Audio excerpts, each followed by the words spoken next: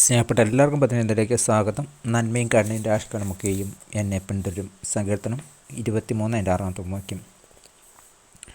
ദാവീദ് പറയുന്നു, ദൈവത്തിൻ്റെ നന്മയും കരുണയും തന്നെ പിന്തുടരുന്നു എന്നാണ്. ഈ രണ്ട് ഗുണങ്ങളും എപ്പോഴും ഒരുമിച്ച് നിൽക്കുന്നു. സംശുദ്ധിയോടെയല്ല, യഥാർത്ഥ സ്നേഹത്തോടെ തന്നെ പിന്തുടരുകയാണ്.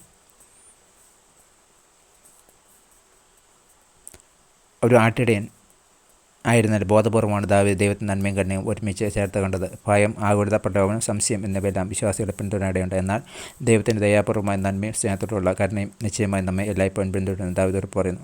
ദാവീദ് ആനന്ദത്തോടെ പാടുന്നു, നന്മയും കരുണയും രാഷ്ട്രീയമൊക്കെയും എന്നെ പിന്തുടരും. ഞാൻ യഹോവയുടെ അടുത്തെടുക്കാനും വസിക്കും. നമ്മെ വീട്ടിലെത്തോളം അനുഗമിക്കുന്ന അത്ഭുതമാണ് സമ്മാനം. ദൈവിക നന്മയും കരുണയും അനുദിനം നിങ്ങളെ പിന്തുടരുന്നു എന്നത് ജീവിതത്തെ എങ്ങനെ അനുഗ്രഹമാകുന്നു? നിങ്ങളെ പിന്തുടരുന്ന ദൈവിക നന്മയും കരുണയും കുറിച്ച് എങ്ങനെ കൂടുതൽ അവബോധം പ്രാർത്ഥിക്കാം.